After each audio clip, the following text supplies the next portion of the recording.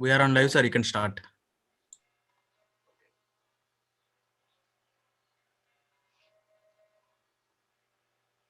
Hello everyone, welcome to the Gate Academy.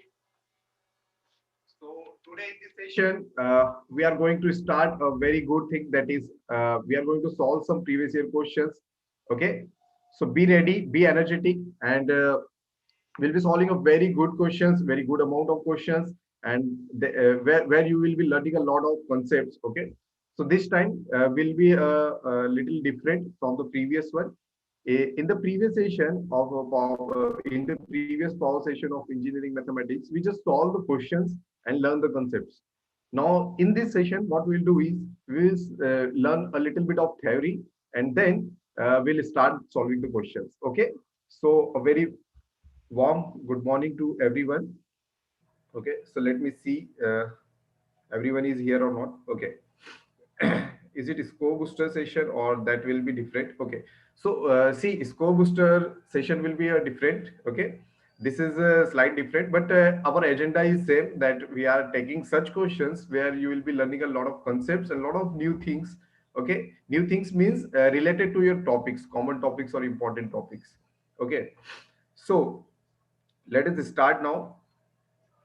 Okay, so Ashutosh, for Hindi, there is a differentiation in the evening also. Okay, so there also we'll be doing the same session in different language. Okay, so right now I'm only bounded to speak in English for this session. Okay, so a very good morning to everyone, please. Okay, so I can see a lot of people are here. Okay, so Varun, good morning, Varun. Okay. So one more important thing is that we'll be doing MSQ questions also, because many students are scared of this thing, that how MSQ question will appear and how we will approach to these questions. Okay. So we'll be doing this here also. Okay. So you do not have to worry. We'll be taking such questions also. I have made my own questions. Okay. Where you'll be learning a lot of different concepts. Okay. So before starting, let me introduce myself. I'm Abhijit Singh Chauhan. I'm the faculty in the GATE Academy from last 2 years. Okay, 3 years. Sorry. So let us continue now. I teach engineering mathematics in the GATE Academy and engineering mechanics and TOM also. Okay. So let us start. Okay. Yeah, definitely, Jasmeet. I have made the probability questions also. Means I have taken the probability questions also. We'll be solving those questions also. So you will enjoy this session. Don't worry. Okay. I have taken a very great questions, and you will be very happy after solving such questions. You will learn a lot of different concepts. Okay. So today my agenda is that before starting the questions, I will tell a little bit theory about that question, and then we'll be solving if needed. So in some question, it may be needed that some theory is required. So I will explain first bit theory, and then we'll start solving the questions. Okay. So how is it? Can we start now? Okay. So are you guys ready for the session? Tell me. Response here. Respond here. Give me some response here. Okay. So are you guys ready here? So shall we start now? Yes, Mukesh. Yes, very good, very good. So, guys, you have to be very energetic. Whatever the question we are solving here, just try to do it by yourself also. Okay, just think how we can approach that question, and also we'll be learning here also. So these are not just a previous year gate questions. I have taken some different questions. I have modified some previous year questions. Okay, so it can be MSQ also. It can be one means it can be fill in the blank or numerical type question also. Okay, so let us start now. I think a lot of people are joining here right now. Okay, so guys, okay, very good, very good. So those who are joining right now, good morning to all of you. Okay, yeah. So now we can start. Okay, now we can start. So guys, before starting the questions, okay, I have taken one questions from the topic, okay, where the concept of this topic will be required, which is linearly independent and dependent vectors. Many students are having a doubts from these topics, okay, are having a doubts or not having a proper clarity. So guys, let me clear you. We are not going to study here a vector space itself. It is itself a different topic. We are just taking, or we are just taking an idea, okay, that how we call the vectors as a independent or a dependent linearly, okay. So what I will do is I will just demonstrate one demo. I will just give some experiment to you, and you will automatically learn that how vectors will be called as linearly independent and how vectors will be called as linearly dependent, and how it is related to determinant of the matrix. So it will be very clear to you, and we will also connect this topic with the rank. So please, guys, be give me some attention, and we'll start this topic.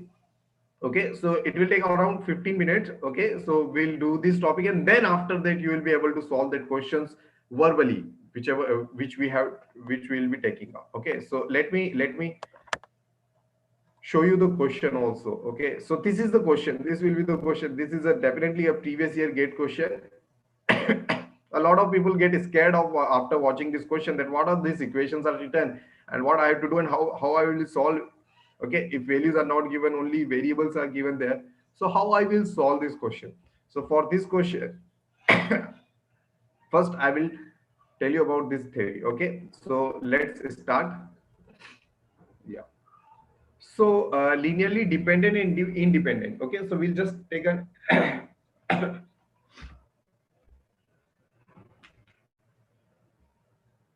Indra is just asked some random question, and what is this question? A dot del A dot del A dot del, is it divergence?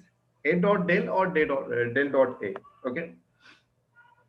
Okay. So I think the question, I'm not getting your question. Okay. It should be del dot A. Okay, Indra. It should be del dot A, and then we'll call it divergence. Okay. So let me start first this topic, and then we'll discuss about this one also. Okay. So guys, okay, we'll start this. I will draw some different cases, and we'll write some explanation about it. Okay, explanation. Okay, and automatically you will learn that how we can write those equations, okay, of linearly dependent and independent vectors. Okay, so suppose I'm having two vectors. I will use the colors also. Okay, suppose this is one vector A, this is one vector A, and I am having another vector in the same direction,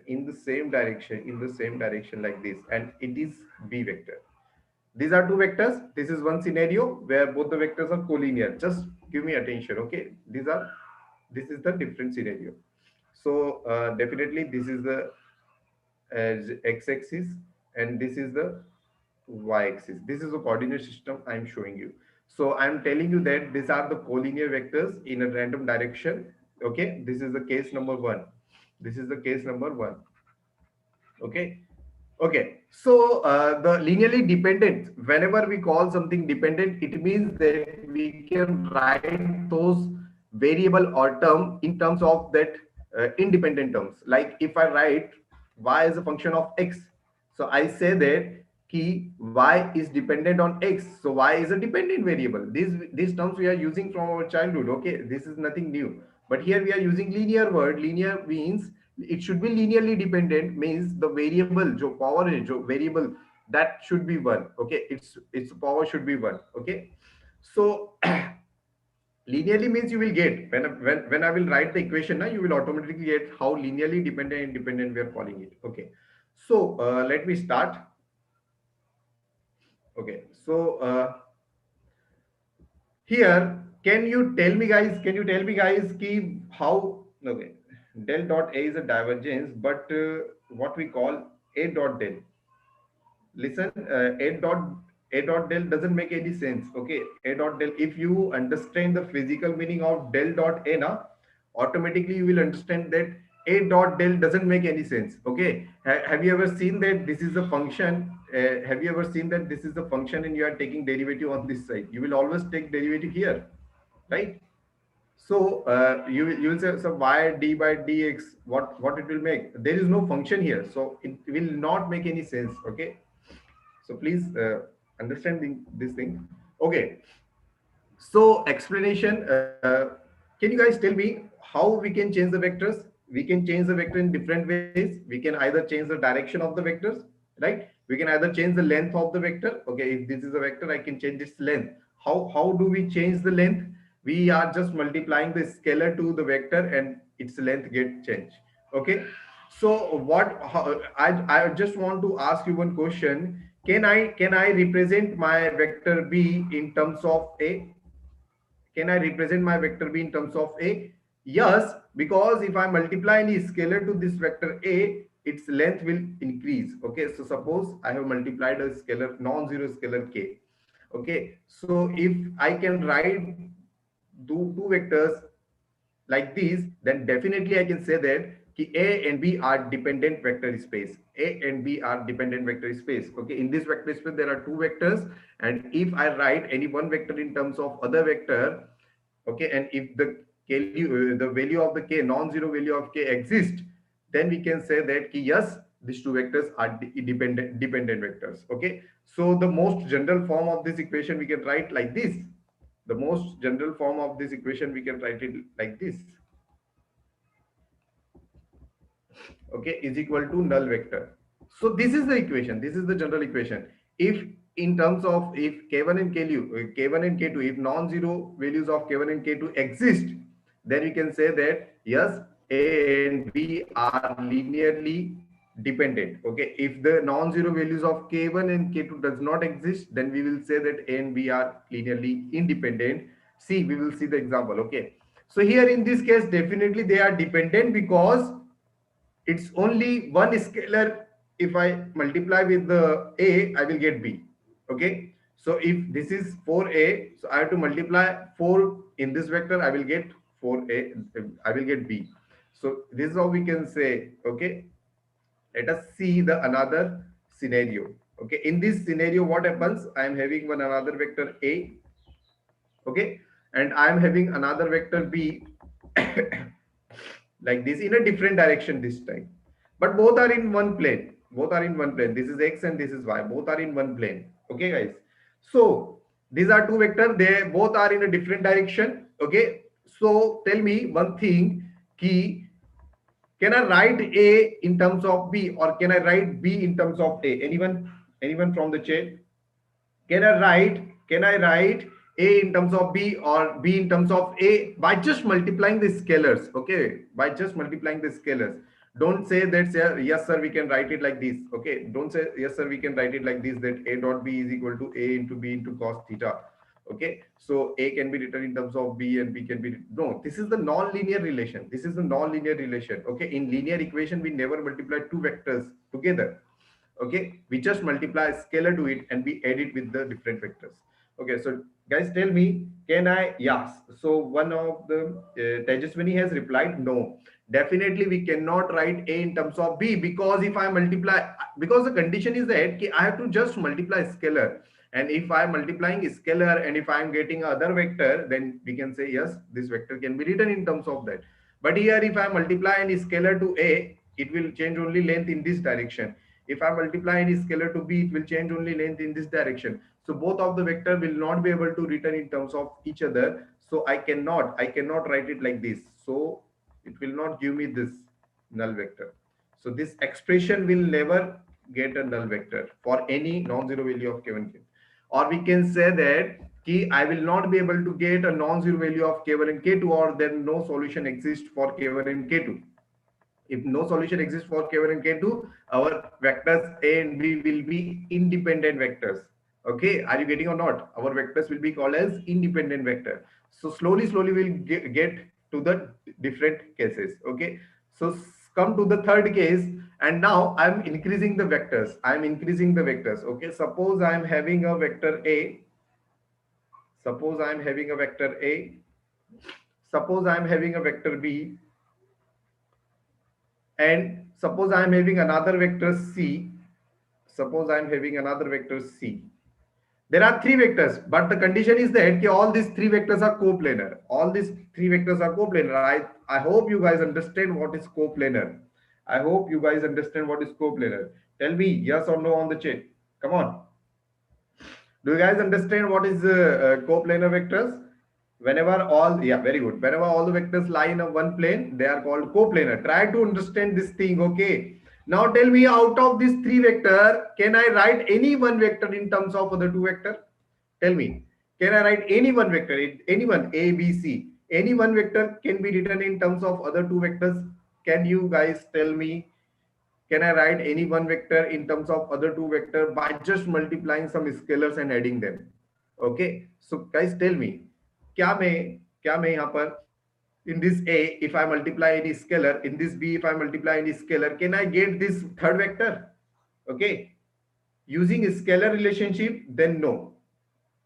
See, we can, if you understand, see, in this plane, if I want to write this vector c, so I have two, I have I and I have j. Okay, so suppose c is what, 2i plus 3j. So guys, there are three vectors, I, c and j, and definitely if they are coplanar, so c I have written in terms of I and j by just multiplying scalars to it. And we do it from our childhood, right? We write the vectors like this only.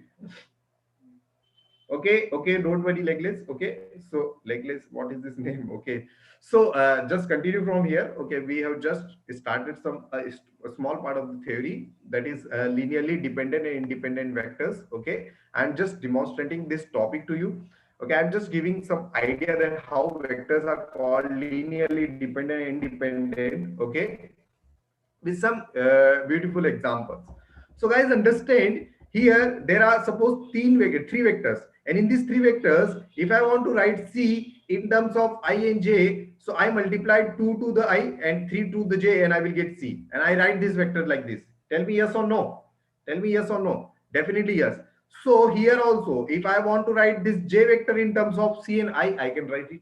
If I want to write I in terms of C and J, yes, I can write it. So definitely guys, if three vectors are coplanar, and if I want to write one vector in terms of other two vector, I can write it. See here, I can, for writing C, I had to reduce the length of B, and I have to little bit increase the length of C, and I will get like this.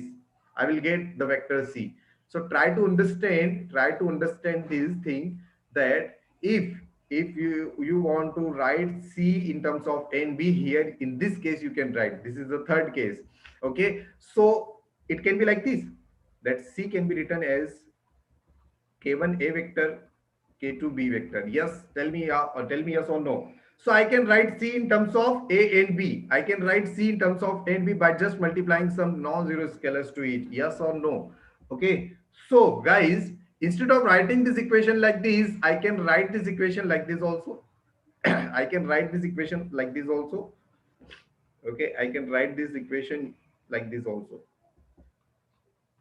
Okay, just give some time to this topic. Okay, I will conclude each and everything, that why we have written it like this. Okay, so guys, be focused on the topic. Okay, so see, this is the equation we can write here. Means this equation says that any one vector can be written in terms of other two vector linearly. It can be written in terms of other two vector. So here we can say that this system is a dependent vector space. Okay, this system is a dependent vector space, and here we can write it. We can convert the all the three this expression to the null vector.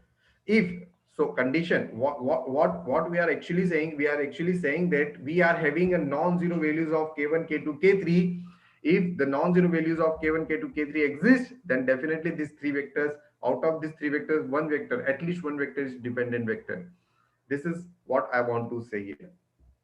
Okay, so let us come to the fourth point now. Okay, now in this case, all the three vectors are in a different direction. Suppose this is a, okay, suppose this is b, and suppose this is c, and this c vector is dot dot dot. Why? Because this c vector this time is not in the plane, is not in the xy plane. Okay, it's not in the xy plane, so I will use 3D coordinate system now. Okay, this is x, y, and z, suppose like this. Okay, I, j, k, all these three unit vectors will come into the place now. Okay guys, so please stay connected, you will get a lot of beautiful things here. Okay, so guys, tell me, all the three vectors are in a different direction like this. This is a, this is b, this is c. Okay, Now you tell me, can I write any one vector in terms of other two vectors? Can I write this A vector? Can I write this A vector in terms of B and C? Can I write this C vector in terms of A and B? Or can I write this B vector in terms of A and C? Can I write it? I cannot write it because suppose these are two vectors. Okay, this is X, this is along X, this is in XY plane, and this is in 3D. Okay, so this vector will be having some components like I, J, K also. This vector will be having only component I, and this vector is in XY plane, so this vector will be having components I and J. So if I add these two vector, will I get this vector? I will never get this vector because there is a K also. If I add these two vectors, suppose any scalar you take, okay, any scalar you take, suppose these are three vectors. Okay, this is along x-axis, this is in yz plane, and this is in 3D. So if I add these two vectors, I will never get this vector. So whenever three vectors are in a different directions, I cannot write one vector in terms of other two vector linearly. By just multiplying, I cannot do this. Okay, so guys, try to understand here. Okay, if in plane you want any vector, yes, you can draw any plane. In the plane, any vector you can draw. By increasing the length of this two vector, you can get third vector. But here, if you are increasing and decreasing the length of two vector, you will not get the third vector because this is in a different direction this time. Okay, out of plane we can say. So this equation now can be written as like this, as C cannot be written in terms of A and B, or B cannot be written in terms of A and C, like this. So I can write this equation in general like this, that there are no scalar values or non-zero scalar values exist for this equation. Okay, so there are no non-zero values which satisfy this equation, so we can write it not equal to 0. Are you getting or not? So this not equal to 0 is saying that there are no non-zero values of k1, k2, k3 exist. Okay, and if there are no non-zero values of k1, k2, k3 exist, then we can directly say that all the three vectors are independent vectors, linearly independent vectors, because they cannot be written in terms of each other. Okay, guys, so here now here we are final. Okay, so I have taken small vectors. I have taken first one vector, first two vectors I took, then three vectors I took, then three vectors in the three different directions I took. Now after these four cases, we can conclude one thing. We can conclude one thing that what we can conclude. See here, whenever the system was dependent, we were getting these equations where equality is coming. But whenever independent term is coming, we were getting not equal to thing. Okay, so here in this case, we can say that the vector space is a dependent vector space, or we can say A and B are linearly dependent, or we can say A and B are linearly dependent. Linearly dependent. Here not equal to sign is there. It means that there is no non-zero values of k1 and k2 exist, which can linearly relate A and B. So it means that A and B are linearly independent. It means that A and B are linearly independent. It means A and B are linearly independent. Okay. So now coming to the third case, tell me, definitely we can write any one vector. If any one vector in a vector space is a dependent vector space, then definitely we can say that the whole vector space is of a dependent vector kind. Okay. So if A, B, C, so any one of these, okay. Okay. So any one vector is linearly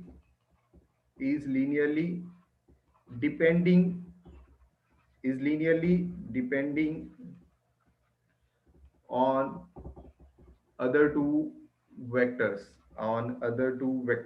okay guys. So this is what we wanted to say, ki bhaiya, out of these three vectors only one vector is dependent here and other two are independent. So we can say that other two are independent, and this is like if we write na vector A is equal to 2 plus 2i plus 3j. Sir, I and j are independent, definitely, but A is depending on I and j. So out of this three vector, one vector, out of this three vector, which vectors? A, I, and j, one vector is dependent vector. Okay.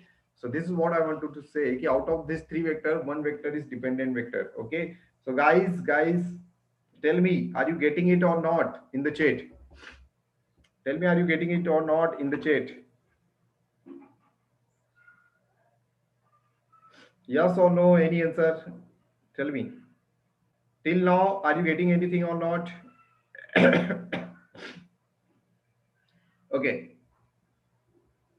guys, are you sleeping? Okay. So I got one response from the Tejaswini. Yes, sir. So definitely, okay, very good. So your response is my motivation. Okay. If you will respond, if you will answer, I will get motivated and I will tell you the very good things about this topic. Okay. Getting sir, very good, very good, very good. Bhagyashi is also saying getting sir. So I want to say that ki out of these three vector, only one vector is dependent on the other two vector. So this is also dependent vector space. Okay. Coming to the next one, I cannot get any non-zero solution of this equation. A k1, k2, k3, I cannot get any non-zero value of k1, k2, k3 which satisfy this equation. So I will write it not equal to zero. And whenever I do this, I can say that all the three vectors A, B, and C are linearly independent. So guys, are you getting or not? Okay, whenever I was writing equal to zero, whenever a solution was existing for k1 and k2, I say the system to be dependent. I said the system to be dependent vector space. And whenever there was a not equality sign, I said that system is linearly independent vector space. So for n vectors, now here is our conclusion. So for n number of vectors in a vector space, there are n number of vectors can exist. Okay, so I'm not going into the terminologies of vector space, but I'm just giving you the idea that okay, how you will call the vectors to be dependent and independent. So for n number of vectors, what you can do, you can take n number of scalars, okay, and n number of vectors. So n number of scalars and n number of vectors like this dot dot dot. If you write nth scalar and nth vector, if this expression is can be written as a null vector, or we can say that if k1, k2, and kn, a non-zero value of k1, k2, and kn satisfy this equation, then we can say that out of this n vector, at least one vector is a dependent vector. At least one vector can be written in terms of other vectors. Are you getting or not? So this is now final expression. This is now final expression. So we can write it like this. So from I is equal to 1 to n, ki ai sub a vector is equal to null vector. So this is what I wanted to say, that ki whenever this relation is coming, it means that ki whatever n vectors we are having, out of these n vectors, at least one vector is linearly depending on the other n minus 1 or n minus 2 or n minus 3 vectors. Okay, we are not talking about that how many vectors are linearly dependent. That is a different topic, rank of a matrix. We are just seeing the quality of the vector space. Is it a dependent vector space or is it an independent vector space? So whenever this equation come into the place now, you can directly say by seeing this equation, if there are non-zero values of k1, k2, k3 exist, then definitely yes, they are dependent vector space. So just vice versa. Okay, so if summation of ki ai does not equal to null vector, then we can say that the vector space is, now this time the vector space is independent. Now this time the vector space is independent. Linearly independent, sorry. Linearly independent.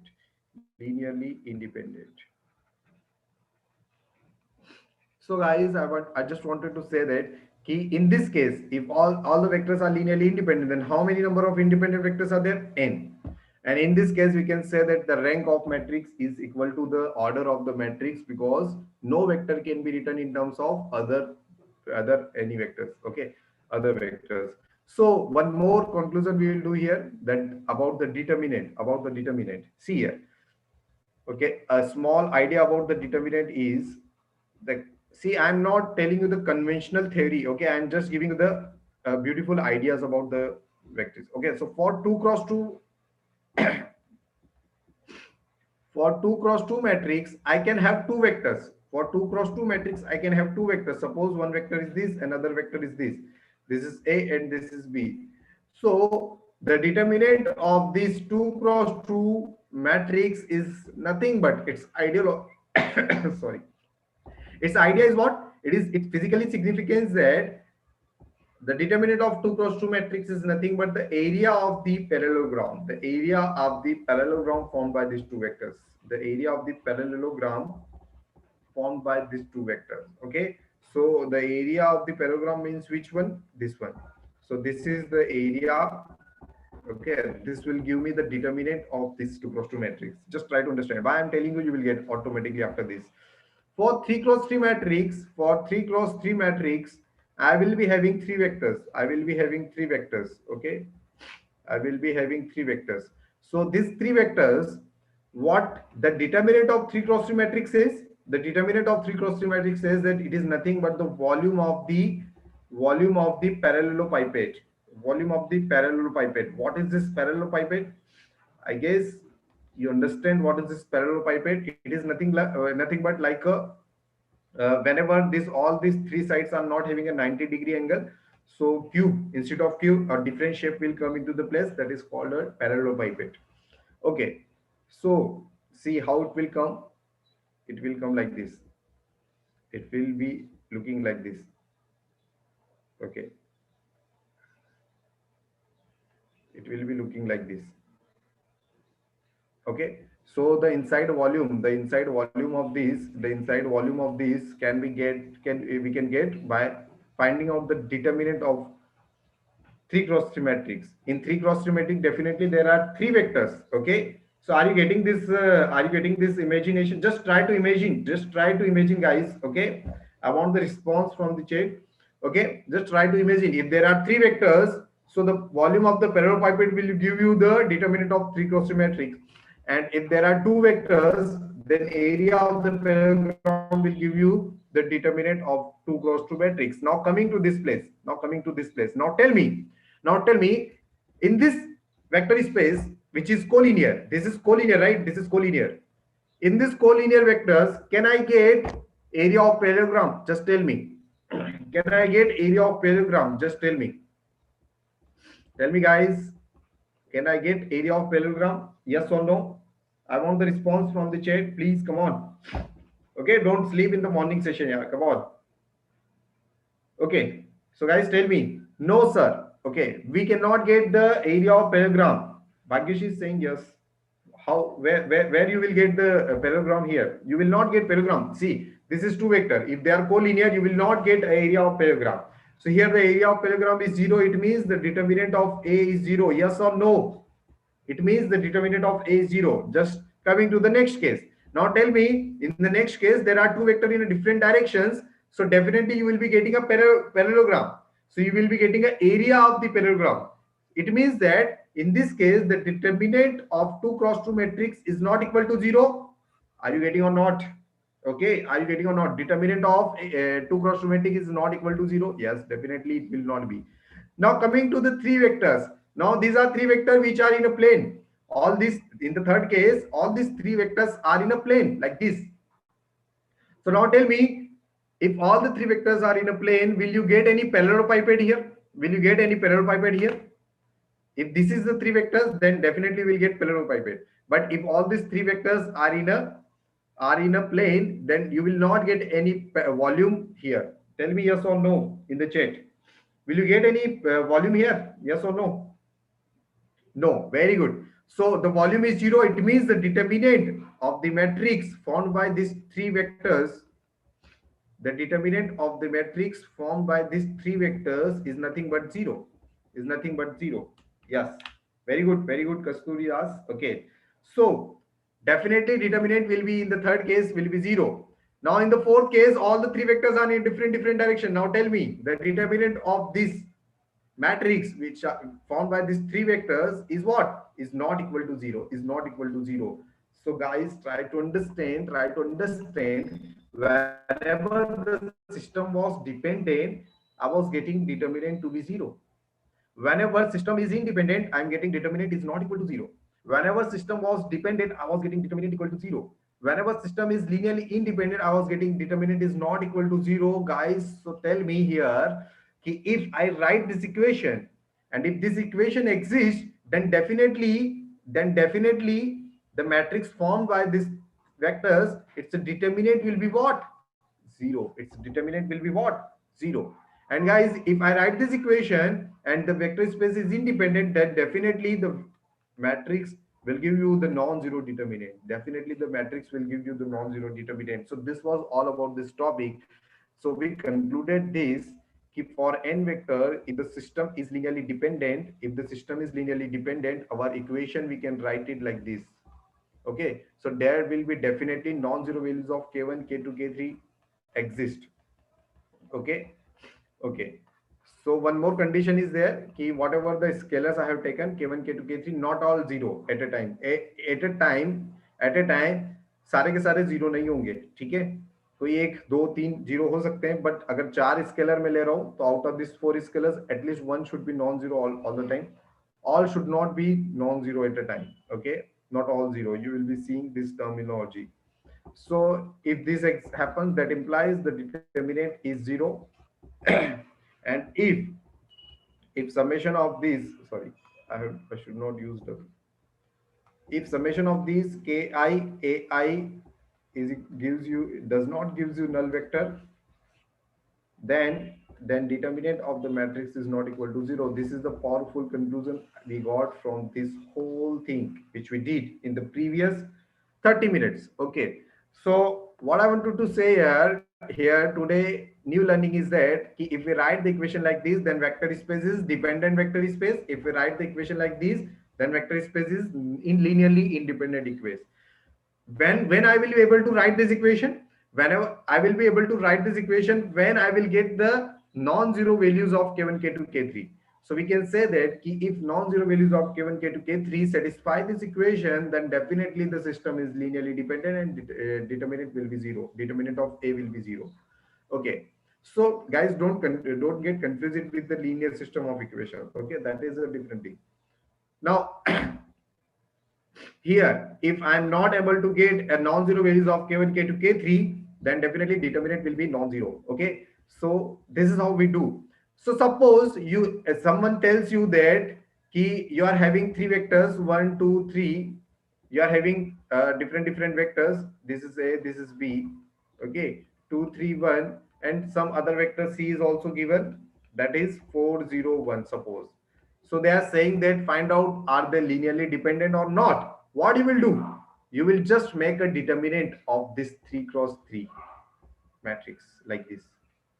Okay, and you will check that is this determinant is equal to non-zero or is this determinant equal to zero. If this determinant is equal to zero, then definitely out of this three vector, any one vector can be written in terms of other vectors. But if this determinant is equal to zero, sorry, not zero, then definitely all these three vectors are linearly independent vectors. So are you guys getting it or not? So this is what I wanted to say in this lecture. Let us start solving the questions now. Okay, so the first question is the same thing, which is depending on the same thing which I explained you in the first part of this session. Okay, so coming to the question now. Okay, so guys, please respond me here in the chat. Okay, are you guys excited for the question or not? Tell me yes or no. Are you guys excited for the questions or not? If you guys are not excited, I will not enjoy in explaining these questions. Okay, so just I want the response from you guys. Okay, yes. Okay, so Suridas is saying yes. Now let's see this question, and we'll use all our concepts which you have learned in the previous half hours, that will use here in this question, and that's what I wanted to say here. Guys, tell me, let C1, C2, Cn be the scalars. So they are saying that C1 and Cn, there are n scalars, not all zero, not all zero. They are not zero at a time. Not everyone can be zero. Any two, three, four, any number of the scalars can be zero, but not n number of scalars are zero at a time. Okay, such that this is the equation. I think this equation you have seen just now. Okay, this equation you have seen just now. Summation of I is equal to 1 to n, Ci, Ai is equal to 0. What is this Ai? Ai, they are saying that Ai are the column vectors in the vector space Rn. This is Rn, this is the vector space. Okay, so it is a way of writing the vector space. Okay, So in this vector space, they are saying that there are a number of vectors, a number of which vectors? This column vectors. Okay, this is how it is happening. So they are just giving us that okay, there is a vector space where n number of vectors are going like this. Okay, consider the set of linear equations. I think you know the set of linear equation. What is this? A into x into b. In set of equation, we are having a system, we are having a input, and we are having output. So in a system of linear equation, what happens? Key our output is fixed. We have decided our desired output. Our system is fixed. We just wanted to know that is there any input exist which can give me this desired output. This is what happens in the linear system of equation. Okay, so they are saying that where a is what? A is a matrix formed by this which vectors? That column vectors which this they give. Okay, and there one more thing is saying that this output vector b, which is nothing but the summation of all the column vectors. The output vector b is nothing but the summation of all the column vectors the set of equation has. The set of equation has. Can anyone tell me that how we can solve this question? How we can start solving this question? This question was asked in computer science in GATE exam.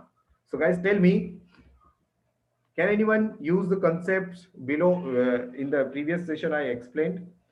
In the previous or I explained. Okay, so can anyone tell me how you will solve this question or what is the answer of this question? And if you tell me the yes answer, then tell me why, how you are getting this. Okay, so I think all are you guys trying to solve this question. Okay, so let us start now. Let us start now. Whatever the things are given, we can write it here. So summation of Ci Ai is equal to null vector. This is one thing given. Other thing is given that output vector is nothing but the summation of Ai. This is also given to us. Okay, these are the two things given to us. And tell me guys, what does it mean? What does it mean? It means that if this equation exists, if this is the equation given to us, it means that out of n vectors, any one, at least one vector can be written in terms of other vectors. So here our agenda is that कि भैया जो the matrix which I will get by this column vectors, the matrix which I will get by this column vectors, the determinant of this vector matrix will be what? Zero. Determinant of this matrix will be what? Zero. So now two things are here. What are two things? See, in the linear system of equation, if determinant is zero, there are two things can be possible. There are two things can be possible. Either you will be getting no solution or you will be getting infinitely many solution.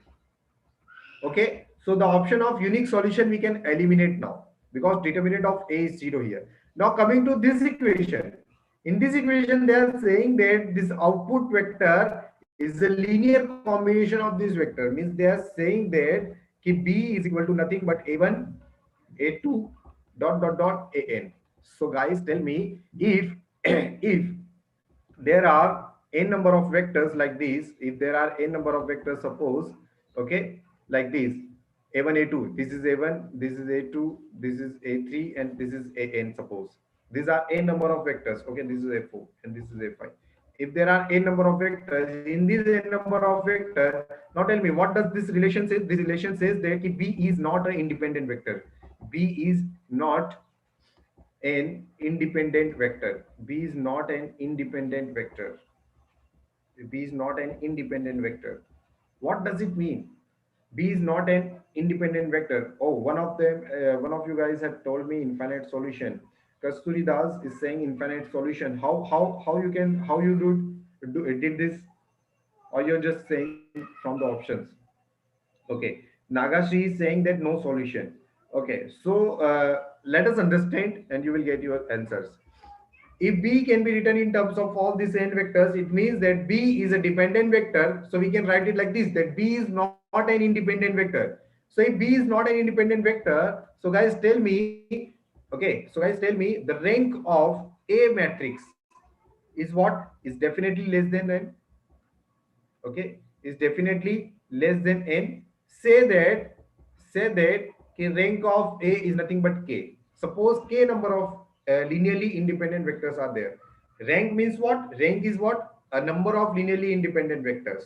Okay, so K is nothing but the number of linearly independent vectors. So the rank of A is nothing but what? Less than N, and which is equal to K, suppose. So here, tell me the rank of augmented matrix. Augmented matrix is what? Augmented matrix is nothing but A1, A2, dot, dot, dot, AN, and B will also come here. Okay, B will also come here. So now tell me, if in the vector space, one dependent vector I will add, so will it change its rank? No. Rank is what? The number of linearly independent vector. So if I add one dependent vector, linearly dependent vector to the vector space, the number of linearly independent vector will remain same. It means that rank of C will also be equal to K, and which is equal to which will be equal to less than A. So we can say that ki rank of A is equal to rank of C, but both are less than A. And this condition is for which solution? This condition implies that the system is having infinitely many solution. Infinitely many solution. Okay, guys.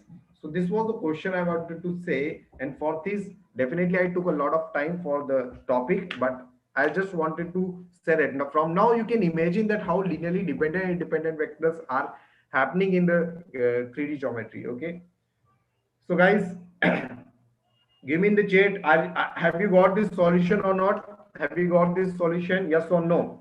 Are you getting this solution? Yes or no? Give me in the chat. Come on. So did you got this solution? Yes, sir. Bakish is saying yes, sir. Very good. Okay. So many of you, I think, is getting the solution what I have explained here. Now I will be jumping to the next question. Okay. So please, guys, a lot of questions I have taken, and we'll solve one by one a very good amount of questions. Some of you guys asked that will we solve the probability question? Let me check. Okay. So guys, now this next question is a probability question. Okay. Now this next question is a probability question. Okay. So Jasmine asked me that we'll solve probability question. Yes. So now here we are with the probability question. This is a probability question. So guys, try to understand what they're saying. A point x comma y is selected uniformly inside a rectangle. This is the rectangle given. A, B, C, D are the points. Okay, corners of the rectangle. The probability of minimum of x comma y less than equal to 1 is. Okay, the probability of minimum of x comma y less than equal to 1 is, and these are the options given to us. Okay, so guys, tell me what they're saying. If you're not getting anything, just try to draw the diagram. Just try to draw the diagram. Okay, so this is the graph. Okay, and they're saying there is a rectangle. There is a rectangle like this. Okay, so if there is a rectangle like this, okay, so this is the rectangle. This is x. This is y. Okay. Sorry. So rectangle, let me give a different color to this rectangle. Okay, so this is the rectangle. Give the corners. Corner A is in the fourth quadrant. The corner A is in the fourth quadrant, that is -2 comma -3. Okay, that is -2 comma -3. Okay, the corner B is in the corner B is in the which corner? Sorry, the fourth. A is in the third corner, not in the fourth. Okay, and the corner B is in the fourth quadrant. That is B is equal to 2 comma -3, and corner C is here in the second quadrant, that is -2 comma 3, and the corner D is in the first quadrant, that is 2 comma 3. So this is our rectangle here, and they are saying that randomly you can choose any point in this rectangle, but the condition is that it should be minimum of x comma y should be less than equal to 1. Okay, so minimum of x comma y should be less than equal to 1. So guys, tell me, minimum of x comma y means they are saying that either x should be equal to 1 and y is less than 1. From this expression we are getting these two relations. Okay, these two will apply simultaneously because here and will come. So x is less than 1, just draw one line, just draw one line. So x less than 1 is this, x equal to 1 is this, and y is equal to 1, y is equal to 1 is this, y is equal to 1 is this. Okay, so this is y is equal to 1, and this is x is equal to 1. So less than 1 means which region you are talking about? You are talking about this region. Okay, so this whole region is nothing but this this whole region is nothing but x less than 1, and and and this whole region which is below x is equal to 1, y is equal to 1, this whole region is nothing but y less than 1, y less than 1 and x less than 1. So tell me, which region is having x comma y minimum of x comma y? Okay, so see guys, the region which I'm telling you, this region, this region. Okay, this region, in this region, whatever the point you will take now, its minimum will be less than 1. Okay, its minimum, sorry, not this one, just let me remove it first so it will be more clear. Okay, so now tell me, this is the common region, this is the common region, okay, where any one of them, both of them will be less than 1. This is a common region where both of them will be less than 1. This is also the reason where if y is greater than 1 but x will be less than, x will be less than 1 but y will be greater than 1. In this region y will be less than 1 but x will be greater than 1. But these are also our favorable reason because we just want minimum of x comma y less than equal to 1. So minimum of x comma y less than 1, here also it's satisfying, here is also satisfying, here is also it is satisfying. So this is not the region which is satisfying this. This is not the region which is satisfying this. Okay,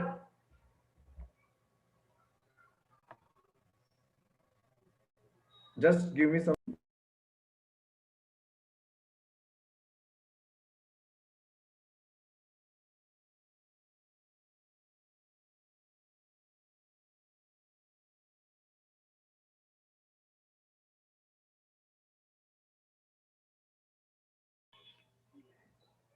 Okay, so I'm back here. Okay, so guys, tell me, this is the only region where both will be greater than 1. So we'll not get this condition. We'll never get this condition. Minimum of x comma y less than equal to 1 in this region. So this is our non-favorable region, but this is our favorable region. Okay, so what we'll do to find out the probability? What we'll do? The total region. Total region means the total area of the rectangle. Area of the rectangle area of the rectangle and the favorable part. How will you find out this area I can find out, or what I will do, I will find out the rectangle of these three areas. So instead of finding that, I can what I can do, I can find out the area of this rectangle and I can subtract these from this small rectangle. So the area of rectangle minus this rectangle. This is the number one rectangle, suppose. So the area of this rectangle. Okay, so this is what we wanted to do. Area of rectangle, how, what is the area of rectangle? Just tell me the length. What is this length? What is this length? This is 3 and this is minus 3. The total length will be 6. Okay, 6 into, what is this length? Here it is 2 and here it is minus 2, so it will come 4. 6 into 4 minus, what is the area of this rectangle? This is y is equal to 1 now, and this is equal to 3, so this length will be 3 minus 1, that is 2. Okay, and what is this? This is up to here, it is 2 and it is 1, so it is 2 minus 1, that is 1. Okay, and whole divided by again the area of the rectangle, 6 into 4. Now tell me what is the answer. The answer will be C. It is what? 24. 24 minus 2 divided by 24, and that is nothing but 22 by 24. That is nothing but 11 by 12, I think. Right? 11 by 12. Is it in the option? Yes, it is in the option. And guys, we got our answer here. Okay. So the correct option is 11 by 12 here. So tell me yes or no. How many of you have got this solution? How many of you got this solution? Yes or no? Tell me yes or no. How many of you guys got this solution? Give me in the chat. Yes or no? Give me in the chat. Yes or no? Give me in the chat. Yes or no? Yes, sir. Okay. Bhagesh is saying yes, sir. So definitely, I hope you got the solution. Rohit Mishra is also saying yes. Very good. So you guys should get this question. Okay, it is a very good question of probability. Such questions means these are the questions from continuous distribution, we can say. Okay. Okay, so we are done with this question. Let's move to the next question now. Let's move to the next question now. Okay, guys. So this is also the question from computer science previous year gate question. So some of you might got the this question. Some of you may not. So what I did now, I did some modification in the question. I have made it a multiple select question. I have made it a multiple select question. So this is nothing but MSQ, multiple select question. Okay, guys. So let us start solving the question now. Let f of x is equal to x to the power minus 1 by 3 and A denote the area of the region bounded by f of x, means A is nothing but the area under the curve, and the x-axis, where x varies from minus 1 to 1. Which of the following statement is or are true? Which of the following statement is or true? So there are four statements given. We have to find out that which of these statements are correct. Okay. So in the first statement, they are saying f of x is continuous from minus 1 to 1. It means that they are talking about continuity. So what we have to do? We have to find out the continuity of the equation. In the second option, f of x is not bounded in minus comma 1. So what we'll do is we'll try to draw a graph of the function, and from the graph we'll get is bounded or not. Area is non-zero finite, so they are saying that area under the curve will be the some value. Is it non-zero finite or not? What? Okay, and the integration of that function from minus 1 to 1 is 0, so we have to check that also. Okay, so guys, tell me here. So this all thing we can this all thing we can conclude by just drawing the graph of the function. Okay, so what is the function given to us? The function given to us is f of x is equal to x to the power minus 1 by 3, which can be directly written as cube root of x. We can write this function like this. Now tell me, in continuity what happens? Some question we can solve, some questions we can solve by plotting a graph, but here we do not know the graph of this function. So what we have to do? We have to use the del epsilon definition of the function. Okay, del epsilon definition of the functions means what we'll do, we'll check the left hand limit, we'll check the right hand limit, and we'll check the value of the function. Okay, value of the function at that point. Okay, suppose at a. So this is, if these three things are equal, then we'll say that the function is continuous. So let us do now. So what we'll do, first we'll find out the right hand limit. Okay, so see here, in the region minus 1 to 1, where you will see the problem, whatever the value you will put, you will get the value. But if you will put x is equal to 0 now, it will give you infinite or undefined. So we want to check at this point, is this function continuous or not, because we are having doubt in at x is equal to 0. Straight out, right? At x is equal to 0, how this function will diverge towards the infinity, or how this function will go to the infinity. Okay, in both the directions, in negative and positive direction. So what we'll do, the right hand limit, how we'll write the right hand limit, that h is tending to 0, f of 0 plus h, f of 0 plus h. What? Why we wanted to check the continuity at x is equal to 1. Okay, so this is what it is happening here. So limit h tending to 0, this will become like this, the cube root of 0 plus h. So as I put h tending to 0, here it should be 0 plus, plus is showing that I'm coming from the right hand side. Okay, so from minus 1 to 1 now, this is 0. If I'm converging towards 0 from right hand side, I'm finding out the right hand limit. If I'm converging towards the 0 from left hand side, it means it is left hand limit. So if I'm putting 0 here, I will get infinite. So what I'm getting right hand limit is equal to infinite. I'm getting right hand limit is equal to infinite. Okay, coming to the next one, left hand limit. Coming to the next one, left hand limit, which is equal to what? Limit h tending to 0 minus. Limit h tending to 0 minus. Okay, so which is what? F of 0 minus h. Okay, so which can be written as limit h tending to 0 minus 1 by cube root of 0 minus h. So which will be ultimately equal to what? Limit h tending to 0 1 by cube root of minus h. Now here is the problem. Now here is the problem. Just try to understand. Here is the problem. What is the problem? What is the problem? 0. What are you saying? 0. 0 is what? Answer. Or 0 is what? The limit of the function. Tejaswini. 0 is what? The answer of the question you are saying. Okay, let's see. So, okay. I think you are saying that at x is equal to 0, we have to find the continuity. Okay. So minus h, cube root of minus, okay, or cube root, negative of something.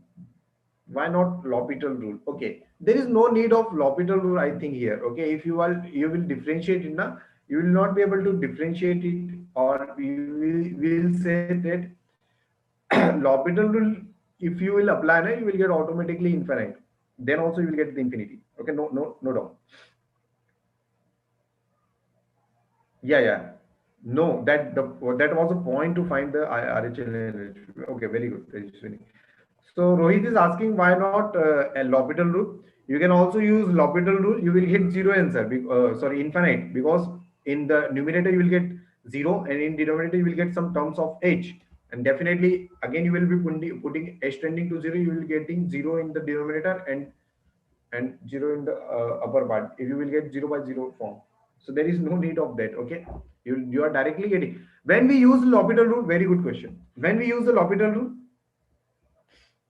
suppose x tending to a, f of x, g of x. Now tell me, when we use the L'Hopital rule, whenever this x tending to a, whenever I put f of a and f g of a, whenever this f of a by g of a is giving me 0 by 0 form, or infinity by infinity form, in this case only I will use L'Hopital rule.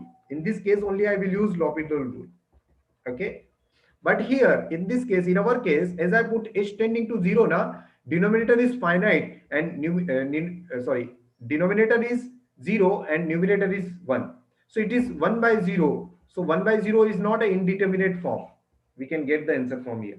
Okay, so definitely there are seven indeterminate forms. Okay, so out of this, if you are getting 0 by 0 or infinite by infinite, then only you will be using L'Hopital rule. Now tell me, Rohit, have you got your answer? Have you got your answer now? Is it clear to you now why we are not using L'Hopital rule? Okay, so you have to check first which form you are getting. Yes, sir. Okay, very good. So now tell me the cube root of negative h. So I'm telling you that cube root of negative h can be written as minus of cube root of h. Minus of cube root of h. Okay, how I'm saying this, because I have already studied in the childhood that x cube plus 1, whenever I solve this x cube plus 1 na, is equal to 0 na, I get x is equal to minus 1 cube root.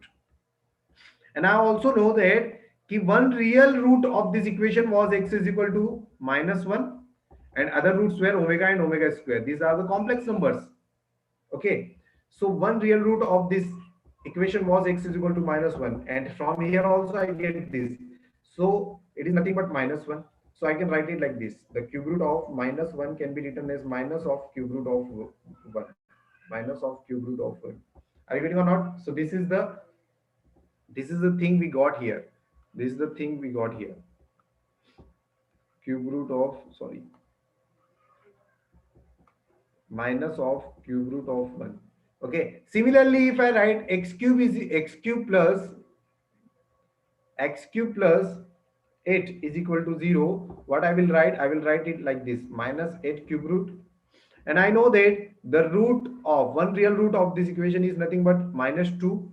Okay, 2 omega and 2 omega square. Like this, the roots will come. The real root is what? Minus 2. So minus 2 is this, like this. Okay, so here also I can write it like this. The cube root of minus 8 can be written as minus of cube root of 8. Right? 2 can be written as like this, minus of cube root of 8. So from here also I get that the negative of cube root. Cube root of negative can be written as, or we can take the negative out of this cube root like this. So I can write it like this. Okay, so if I can write it like this, so I will get what? Negative outer side, limit h tending to 0, 1 by cube root of h, and definitely negative is there, so I will get the limit as minus infinity. I will get the limit as minus infinity. So LHL, the left hand limit I got is minus infinity, and right hand limit I got is infinite. So they are not equal now, they are not equal. So if they are not equal, function is not continuous. Okay, they are not equal. In this case LHL and RHL are not equal, so we will not check the value of the function. They are not already equal. So if they are not equal, definitely the function is not continuous. So how you will get the graph? How you will get the graph of this function? I think now we will be able to draw the graph, as I got some idea that as I tend the x, this is x is equal to 0. As I tend my x towards the 0, my function tending towards the infinity, towards the plus infinity. And when I converge the x from left hand side, my function converge towards the minus infinity. Okay, and when my y is 0, x is equal to infinity. Okay, in this equation, if y is 0 now, x should be infinity, right? So x should be infinite. X can be minus infinity, x can be infinity. So you will be getting like this. So this curve will be going like this.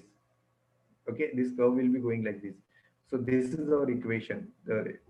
This is our equation. This is our equation. This is our curve. This is going up to infinity here also. This is also going up to infinity here. Okay, so this is what, this is also up to minus infinity, this is also up to plus infinity, and this is the graph. This should be the graph, okay, of this function. Now we are talking about from minus 1 to 1. So from minus 1 to 1. Now tell me, from minus 1 to 1, is this function continuous? Is this function continuous, guys? Tell me. I got the graph now. Now I can answer everything, every part of the question. Now tell me, in this graph, tell me, is this function continuous? No. So they are saying that in the option that f of x is continuous in the interval this. No, it is not continuous. So first option is already eliminated. It is not continuous. Second one, f of x is not bounded in minus 1 to 1. From minus 1 to 1, tell me, is this function bounded? Answer me, please, guys. Come on. I want the answer from the chat. Okay, so tell me, from minus 1 to 1, is this function looking bounded? Is this function bounded? Yes or no? Tell me. Are you guys clipping? Okay, so tell me, is this function bounded here? I think no, it is not bounded. Okay, so in the second option, they are saying that f of x is not bounded. So it is true. It is true. It is true. Okay, it is true. Okay, so here we are. Now A is a non-zero finite. A is what? The area under the curve. Area under the curve. Area under the curve is what? From here to here. So this is the region, and here this is the region. Okay, if I talk about these regions, so this is the area under the curve. So tell me, area under the curve, what is this area under the curve? Suppose this area is k, so this area is also k. Okay, so the area under the curve is 2k. Definitely the curve is converging towards y-axis, curve is converging towards the y-axis, so this region will give me some finite value. Okay, it will not be infinite. Agar if this curve is diverging now, if this is the axis and if the curve is diverging, okay, and if you have to find this area, then this area will be infinite, right? Like this. So here the curve is converging towards the y-axis. It is like an asymptote. Okay, so A is what? A non-zero finite, definitely, and the area under the curve will not be zero, and it is finite. It is finite. Okay, so C is true, non-zero finite. C is also true, non-zero finite. Now coming to the next one, what is this? Before starting the D option, first of all, tell me what is the difference? What is the difference between the A and the I? I is a definite integral. I is a definite integral. I is a definite integral,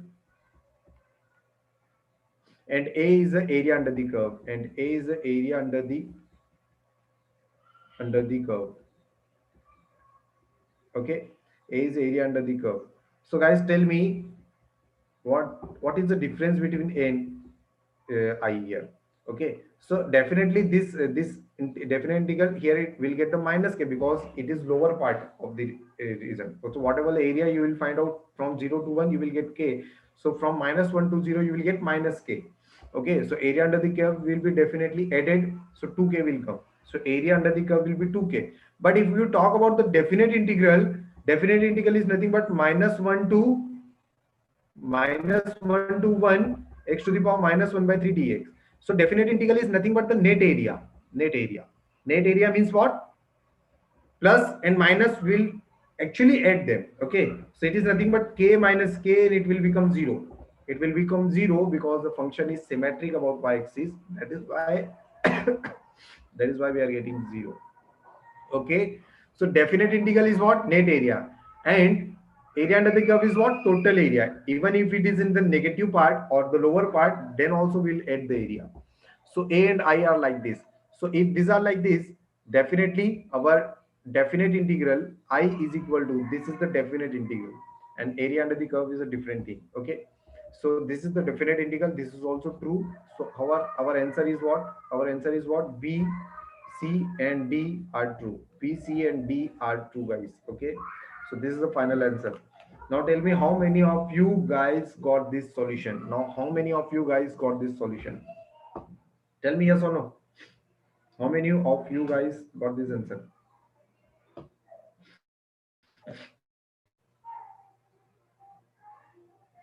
I want the answer from the chat. Got it, sir. Okay, very good, Bhagyashree. So this was also very good question. You need a lot of concept here. You cannot directly solve the question from the formula. Okay, you need the concept here. So I took the questions like this only, where you will be needing the concept to apply. Okay. Yes, sir. Got confused with C option. C option is what? Area is a non-zero finite. Okay. How can area be finite if the function goes to infinity? See here, it is going to infinity. The function is going to infinity, but it is converging. But it is converging, right? Means you will be getting the finite value. Yeah. Just try to understand. Just try to understand like this. If you are having a function like this, and this is x-axis, if this is going up to plus infinity, so from 0 to infinity, definitely you will be getting some area. Definitely you will be getting some area. I think if you have studied a normal distribution, so from minus infinity to infinity, जो function होता था f of x, normal distribution 1 by square root of 2 pi sigma a to the power minus x minus mu divided by sigma 2, like this. Whatever the function is, this function from minus infinity to infinity dx will give you one value, which is nothing but non-zero finite. Are you getting or not? So here also the function is going towards the infinity now, and minus infinity. Then also you are getting the answer, or the area under the curve, which is nothing but this area, and this is nothing but non-zero finite. Are you getting or not? Now tell me. Utkarsh. Got it, sir. Very good. Thanks. So the similar case is here. Now Tejaswini is saying they got confused with the C option. What is the confusion in the C option? You are getting confused because you do not know the difference between the area under the curve and the definite integral. So let me give you the small example. Area under the curve. Area under the curve. Okay. This is A, and definite integral. Definite integral. Definite integral. Definite integral, this is I. So guys, what is the difference between area under the curve and I? Let me give you the small example. Suppose I'm having this curve. Okay, suppose from here to here From -1 to 1, I have to integrate this function. Someone is asking area under the curve. So suppose this region is having a +3 value and this region is having a -2 value. So if someone is asking area under the curve, so area under the curve will be added and it will become 3 plus 2, that is 5. Okay. And I means what? Net area. Net area means what? This area is 3 and this is -2. So this is negative area. So +3 -2, that is 1. So this 1 is nothing but I. Now you are saying I was confused with the infinite area and finite area. So infinite area and finite area, I think I have given the explanation in the Utkar's answer. Definite integral gives the exact value of the function, right? No, no, no, no, no. What are you saying, Rohit? Value of the function, so we put the value of x and we get the value of the function. Okay, definite integral is not giving you the exact value of the function. Okay, it is interpreting like a area under the curve. Okay, or we can say that key area under the curve is the application of definite integral. Definite integral is a very fair thing where we add the positive areas and we subtract the negative areas and you will get the net area. This is nothing, something called a definite integral. I hope you got my answer, Rohit. Okay. So this is all about this question. I hope you got the answer. What is the answer? B, C, D. Means all these three options are correct here. Okay. So let us move to the next question now. Now I'm considering that all of you have got this question answer. Let us move to the next question now. This is the question now. Okay. This is again a probability question. Okay. So we'll be solving the probability question. Don't worry, and you will learn a lot of new things here. Okay, guys. So, guys, please be excited about the questions and be energetic in the chat. Okay, your energy is my energy. Okay, so how much you will express, I will express 2 times of that. Okay, so just interact in the chat only. Okay, and I like that you guys were asking the doubts. Okay, directly. Very good. So the question is, let us proceed now. So the question is, Manish has to travel from A to D, changing buses at the stops B and C en route. So B and C were the stop coming between A and D. You are going from Ahmedabad to Delhi, suppose, A and D. Okay, in between there are 2 stops. Okay, so the maximum waiting time at either stop can be 80 minutes each. Okay, they are saying that the maximum, this is the limit given to you, that maximum waiting time was 8 minutes each. But any time of waiting up to 8 minutes is equally likely at both the places. So in both the places, waiting for 8 minutes or less than 8 minutes is equally likely. Okay, it can be anything in the both the places.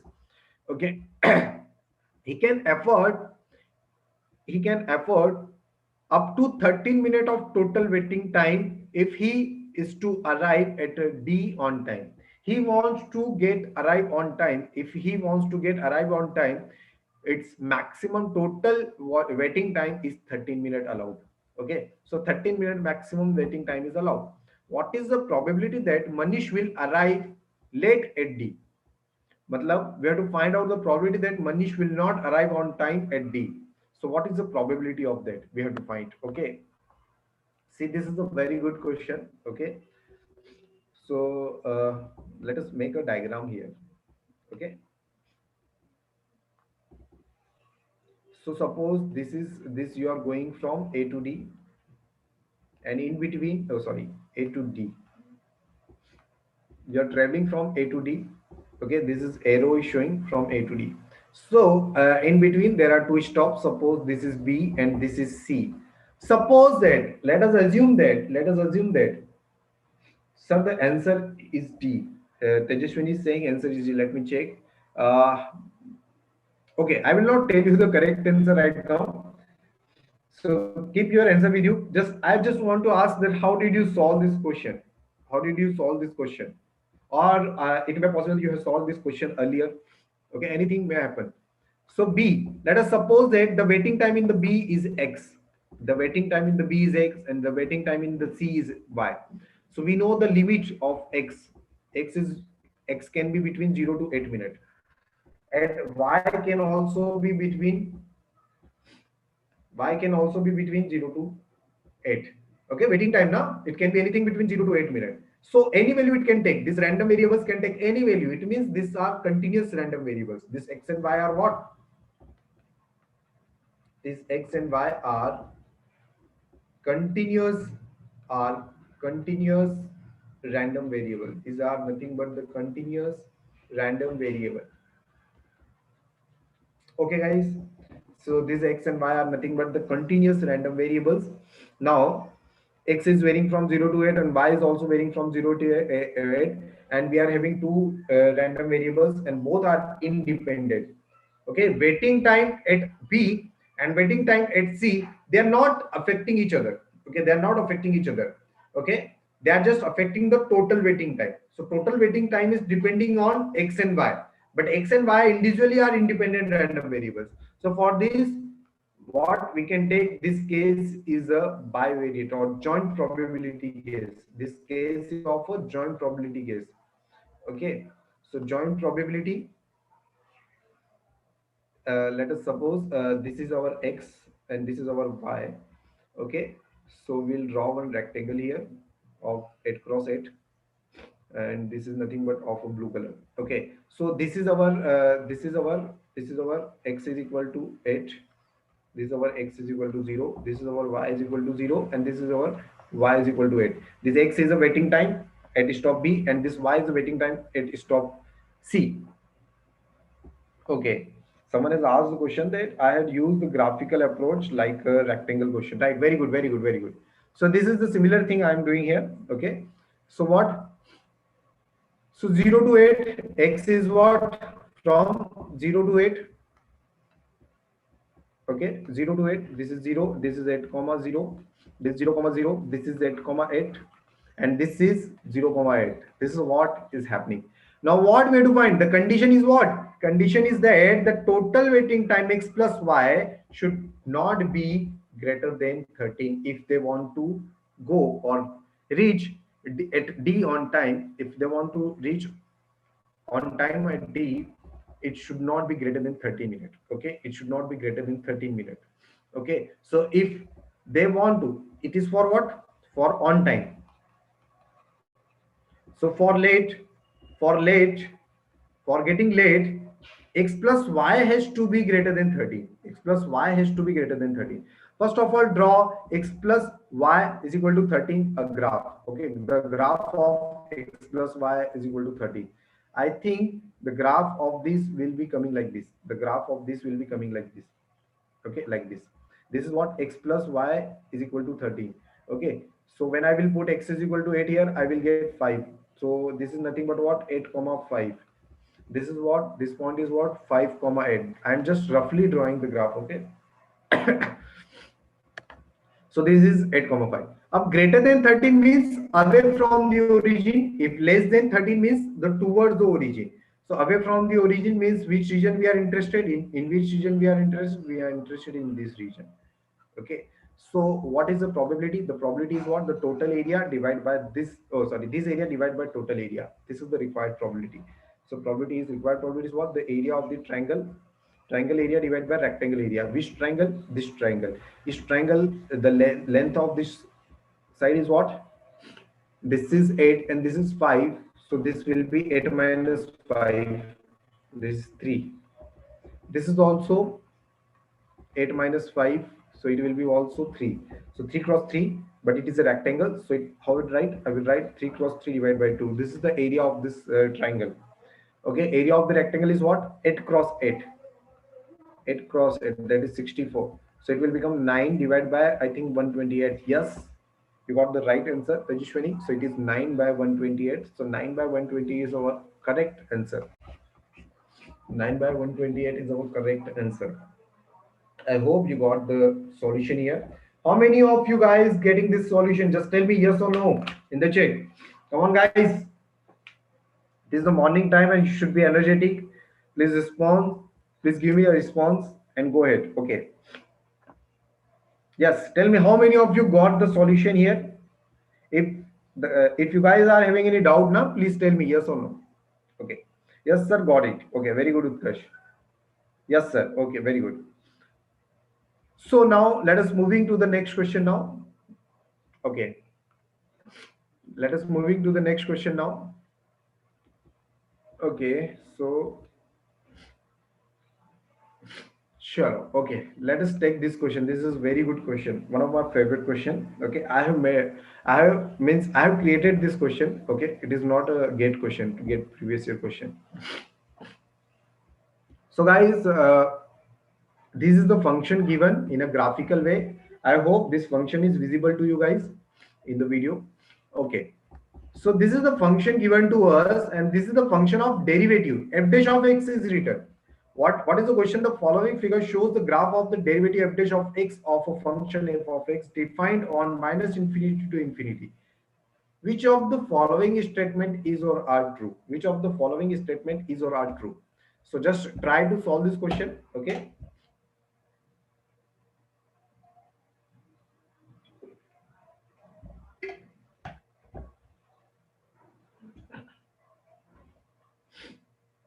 Just try to solve this question.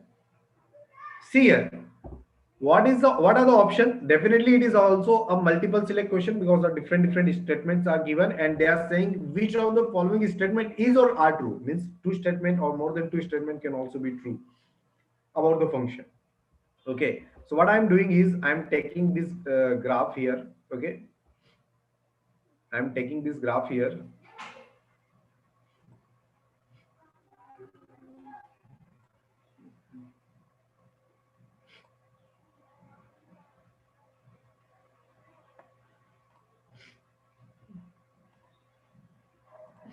I'm taking this graph.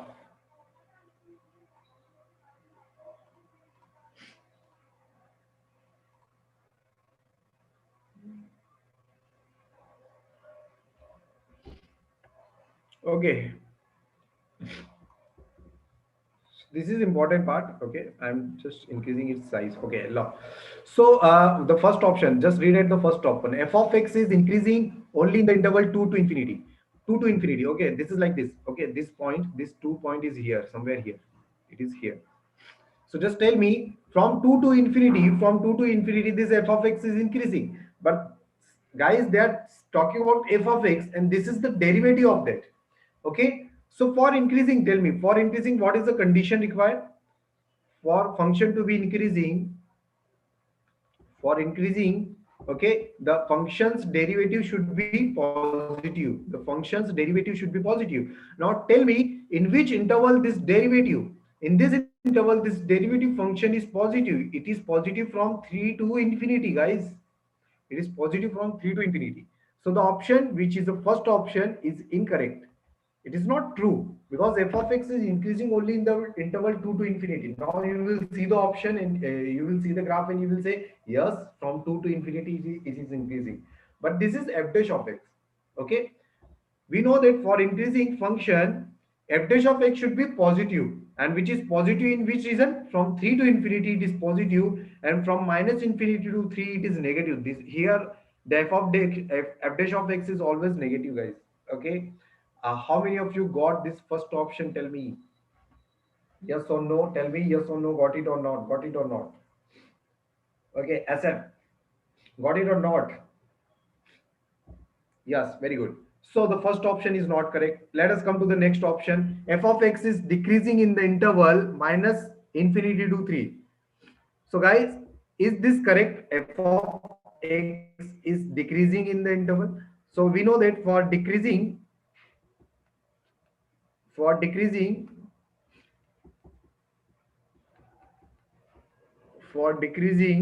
f dash of x must be less than 0 now. F dash of x must be less than 0. So if f dash of x is less than 0, means it should be negative. It should be negative. Now tell me, from minus infinity to 3, the function is always negative. The f dash of x is always negative here, guys. The f dash of x is always negative here. And f dash of x is always positive here. F dash of x is equal to 0 here. Okay. So here at this point, it is what? F dash of x is equal to 0. Okay, so here it is less than 0, means from minus infinity to 3, the function is what? Always decreasing. The function is what? Always decreasing. So it is going like this. So the first, the option B is correct. The option B is correct. Now coming to the C option. at x is equal to 1 and x is equal to 3 are the roots of f of x? Is it the roots of f of x? X is equal to 1 and x is equal to 3 are the roots of f of x. Tell me, are they roots? Huh? Are these points are roots of the function? No, guys, no. 1 and 3, x is equal to 1 and 3, x is equal to 1 and 3 are the points where our f dash of x is 0, guys. Our f dash of x is 0. F dash of x is 0 means x is equal to 1 and x is equal to 3 are the critical points. Are critical points. They are not root of the function, are critical points. So x is equal to 1 and 3 are the critical points. They are not root of the function. So option this C option is also incorrect. Now coming to the next option, this is also very good. Okay, this is also very good. The option D. Okay, Sumit is something saying and deleted the message. Okay, I don't know.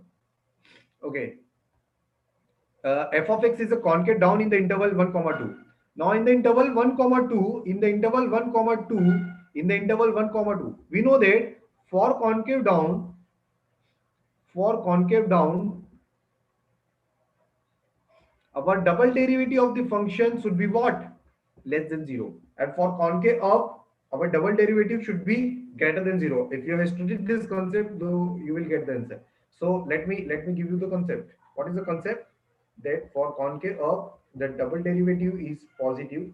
For concave up, the double derivative is what? The double derivative is what? Positive. And for concave down, it is negative. For concave down, it is negative. So tell me now, in which region the double derivative is negative? Guys, double derivative means what? The slope.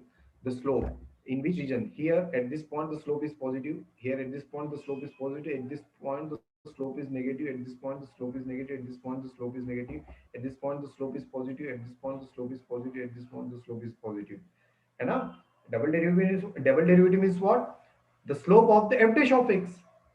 Double derivative means what? The slope of the f dash of x. So the slope, where the slope is negative, where the double derivative is negative. So this is the region where double derivative means the slope of the f dash of x is negative. The slope of the f dash of x is negative. It means this is concave down. This is concave down in the interval from where to where? From 1 to 2. Yes, it is correct. Yes, it is correct. So the options B and D are correct. B and D are correct. This is how we solve the multiple select questions.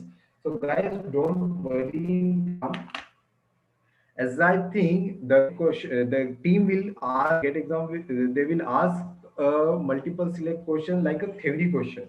Okay, they will not ask such numerical type questions, so where you have to solve for each and every option. Okay, if you have to solve the question for each and every option, it becomes a lengthy question. Okay, so this is just for the practice and learning the concept. I took this question. Now tell me how many of you got this solution. Now tell me how many of you got the solution. Now just tell me. Just tell me, guys, how many of you got the solution? Just tell me yes or no. I want the response from the chat. Come on, guys. Tell me how many of you have got the explanation of this solution. Yes, sir. Got it, sir. Very good. Very good, guys. Very good. You guys are very talented, I think. Okay. Got it, sir. Very good. So let us move to the next point now. And this is also very good question. And I have created this question. Okay. Again, this is a multiple select question. Let me tell you. So they are saying what? What they are saying that which of the following function can be represented as probability density function of a random variable x is or are correct. I hope I'm audible to you guys. Okay. So, which of the following functions can be represented as a probability density function of a random variable x is or are correct? Is or are correct? So, these are the option given. These are the option given A, B, C, and D. Okay, guys. So, tell me how you will find out that this function is a probability density function and this function is not a probability density function. We know a very, very important expression. We know the very, very important expression. What is the expression? If a function if a function is PDF, then its integration from minus infinity to infinity should be equal to 1, because we know that the sum of the probability is what? 1. Exam of the probability now, sum of the probability is always 1. We know that the probability of event and its complementary event is always 1. So for continuous distribution now we use the integration. So this is the probability density function.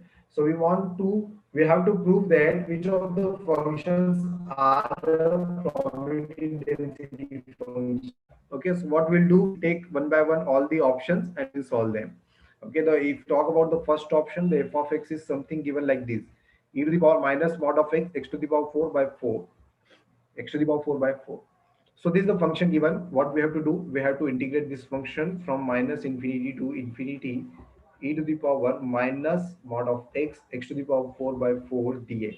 Now guys, tell me, is this function even? Okay, if the function is even, we know that what kind of property we can use. If the function is even, we can write it like this. We can write it like this. And when we can write it like this, when f of minus x is itself f of x. Okay, now tell me, if I put minus x here, it will become same. If I put minus here, it will become same. So here this function is what? This function is even function. Even function. So this is even function. I can write it like this: 2 times of 0 to infinity, e to the power minus mod of x, x to the power 4 by 4 dx. This 2 and 4 will be cancelled out. Okay, so I will be left with 1 by 2. And here e to the power minus mod of x, x to the power 4 dx from 0 to infinity. Now guys, tell me, if x is from 0 to infinity, do I need to write this f of e to the power minus x mod of x? Can I write it e to the power x simply? Can I remove the mod? Because in definitely if x is positive, and if it is from 0 to infinity, I can write this mod as, I can remove this mod. But if x is from infinity, minus infinity to 0, then this mod of x I will remove like this, and this will become minus x, and minus minus will become e to the power x. Okay guys, so here now itself this x is negative, so here it will become minus value. So this is how we remove the mods. Okay, so here instead of writing mod, I can simply write x, because I am integrating from 0 to infinity, where the function itself will be like this only. So I think this part is clear to you. This part is clear to you. Okay guys, now tell me, this is looking like what? I hope you guys have studied gamma function. If you guys have studied gamma function, then this question is nothing for you. This expression or integration is nothing for you. X n minus 1 e to the power minus x, x to the power n minus 1 from 0 to infinity is nothing but a gamma function. Okay, now this gamma n is, we know that it can be written as n minus 1 factorial. Okay, so here in our case, what is 4? 4 is nothing but n minus 1 is equal to 4. So what it will come? What it will come? N is equal to 5. N is equal to 5 means its answer will be what? 1 by 2, that integration f of x dx from minus infinity to infinity, 1 by 2, and it will become gamma 5 minus 1 na, gamma 5 means factorial 4. So 1 by 2 factorial 4. Guys, I don't think it is equal to 1. It is not equal to 1 actually. If it is not equal to 1, okay, so definitely it is not a probability density function. Definitely it is not a probability density function, guys. Okay, so this is how we did this question. So first option is not a probability density function, because we have to check it. We have no other option. We have to check it by solving, no problem. Now coming to the next point, B. B is saying that if f of x is equal to, if f of x is equal to a into e to the power minus bx, then is it a, if this is the probability density function for a plus b is equal to 1, So we do not know what kind of relation we are going to get here. Let us check. So from minus infinity to infinity, we'll integrate this function, and that should be equal to 1. So let us integrate it. So a e to the power minus bx, I will integrate from minus infinity to infinity, 0. Okay. So guys, we know that how we integrate these functions. So it will become 1 by minus b e to the power minus b from minus infinity to infinity, and this is how we'll get minus 1 by b e to the power minus infinity minus e to the power minus minus plus infinity is equal to 1. So minus a by b e to the power minus infinity is, guys, e to the power minus infinity is, guys, 0, and e to the power infinity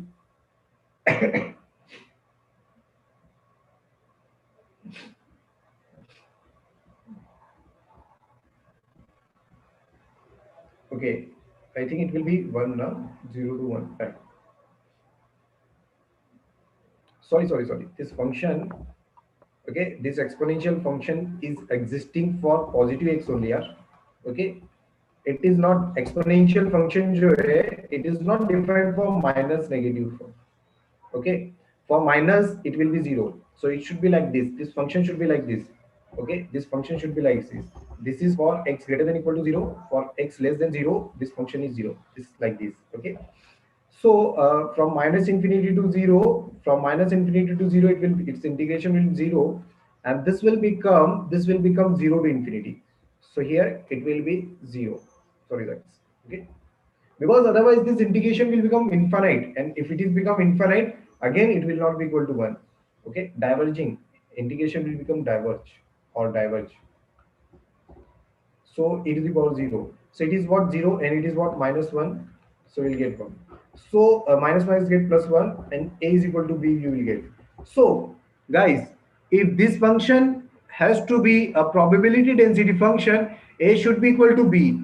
Okay, it should not be equal to their sum should not be equal to 1. They are not saying like this. Okay, so guys, here the option B is not true. Option B is not true. Option A is not true. Okay, and C, the option D, which you have already done now. So option D is true, right? That A into,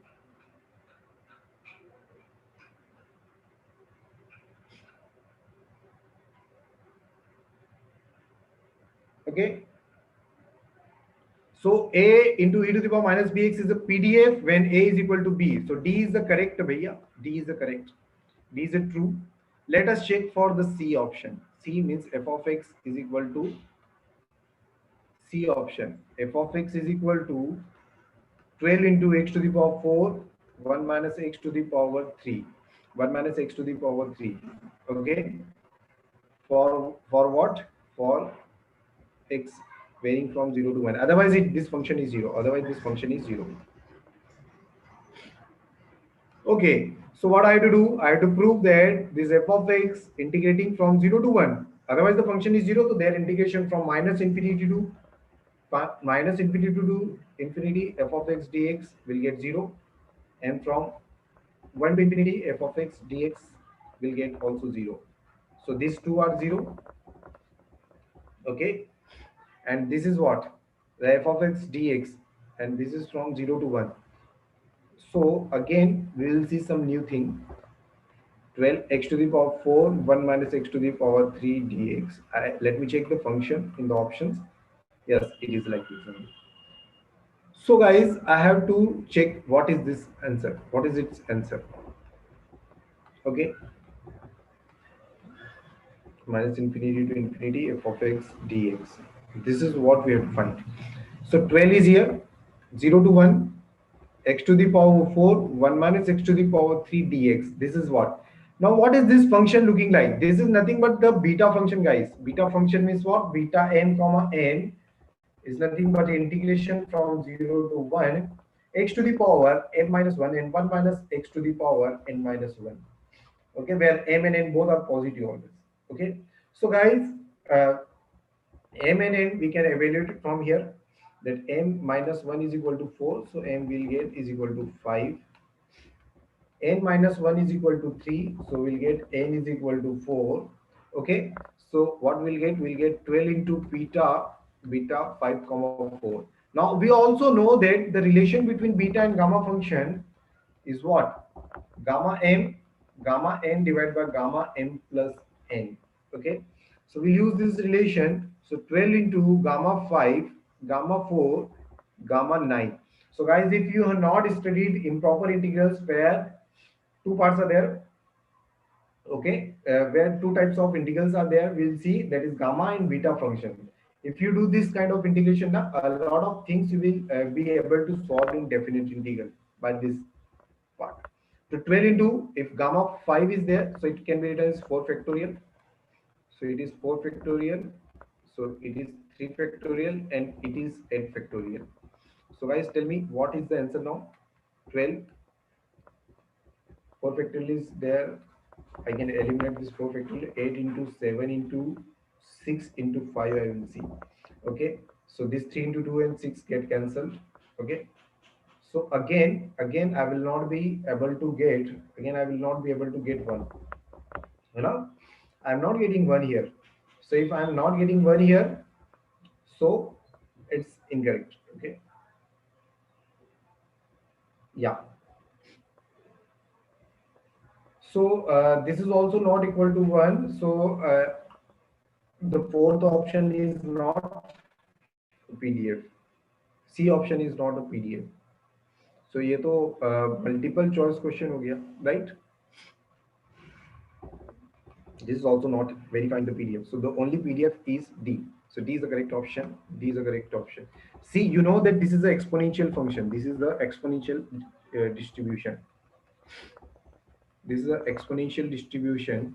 But still you have to check the other functions because there might be a PDF, a valid PDF. Okay, guys. So I think you got this solution. Okay. So in this question also we got to learn. So a lot of things we learned. We learned a gamma function, we learned a beta function, we learned the theorem that is minus infinity to f of x dx is equal to 1. A lot of things we have covered, exponential distribution in a single question. Okay, so this is how these sessions are helpful for you. So guys, please share it with your friends also. If they do not know about the about this session, share it with them so they will also learn all beautiful things about this. Okay, so this is a very easy question of this part. Okay, so guys, look at the question now. So how many of you got the previous question? The solution of the previous question, tell me yes or no.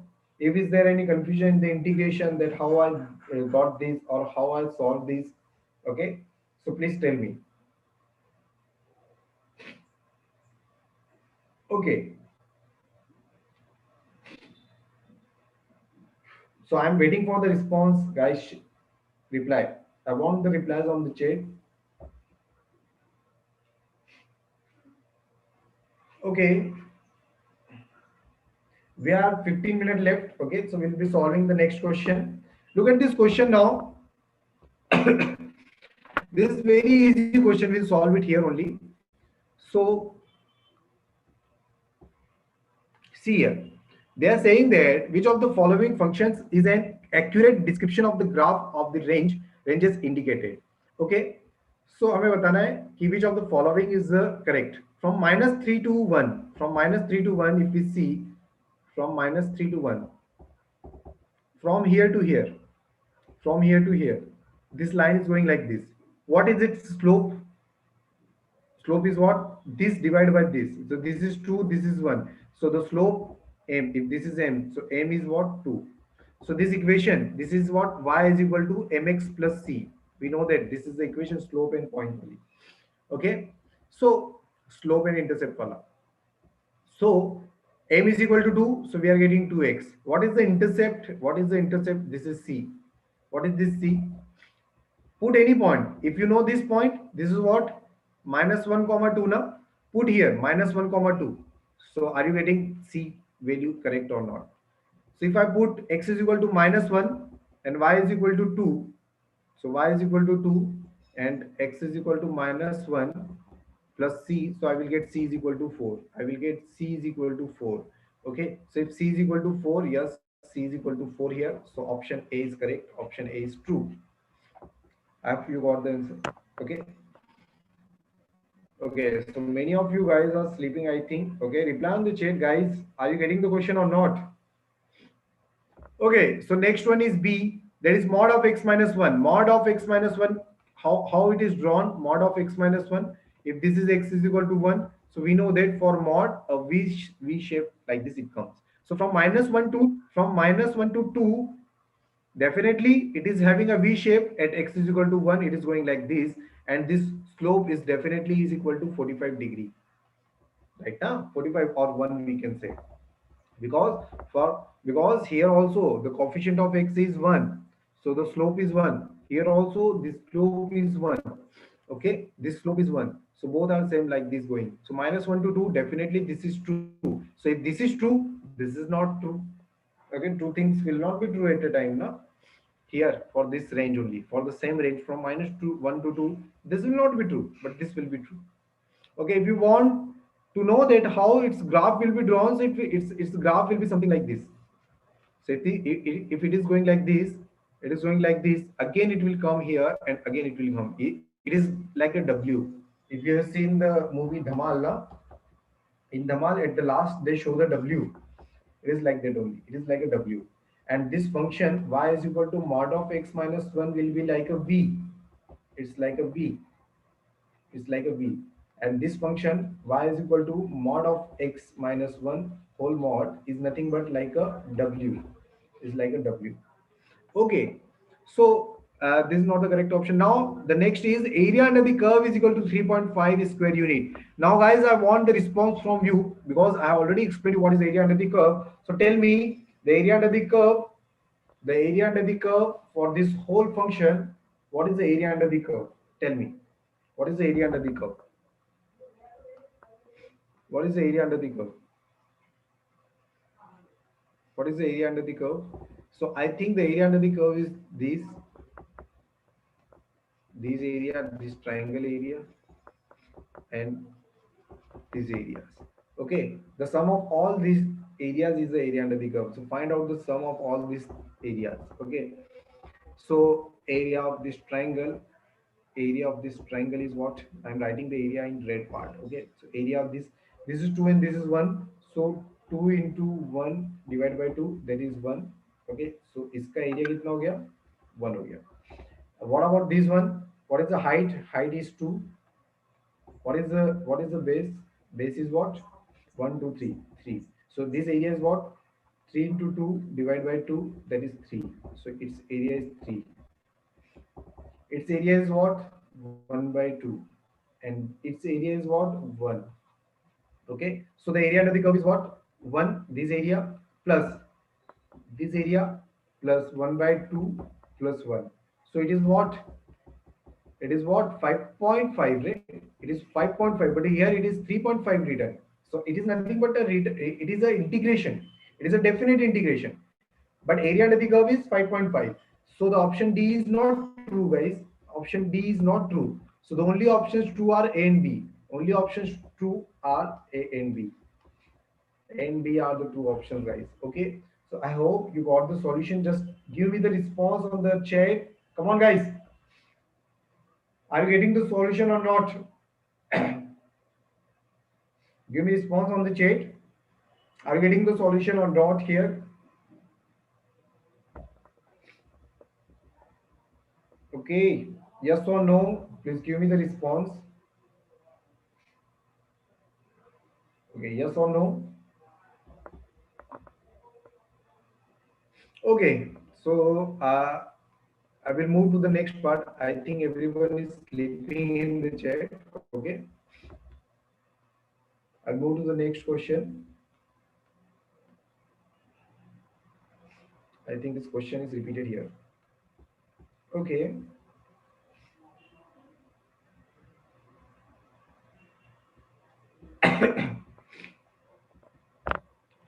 Got it, sir. Very informative session. Very good. Thank you. Thank you, Sumit. Uh, I have I I did a hard work for this session. A lot of work I did, a lot of questions, a lot of concepts. I have mixed different questions together to make the beautiful question. So there's a lot of concepts. It is similar to the gate booster only. Okay, you can take it like this. But this is not planned. This is not planned that only this topic will be covered. I have not taken such kind of information that this topics only will be covered. Whatever the question I thought key should be discussed with you guys, I have taken that. Okay, from the next session now, if you like the session, so we'll make another session like this also. So what we'll do, I will distribute the topic from the topics also. Okay, I will take some question of differential equation, complex variable. But I find that key maximum number of doubts students are having from these three topics, that is linear algebra, probability, and calculus. So that's why my questions are from this portion only. Okay, so let's move to the next question. This is the last question of the session, and it is very beautiful and very small question. Okay, okay, and here also you will learn a thing. Okay, what is given to us?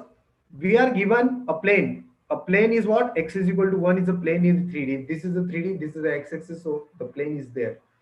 A paraboloid, that is equal to z is equal to x square plus y square. Paraboloid is like a katura. If you have seen a katura na, that is like a paraboloid. Okay, this is a z axis, and this is how its paraboloid will be this. Okay, this is how it will be. Okay, let me draw it. Let me draw it. Okay,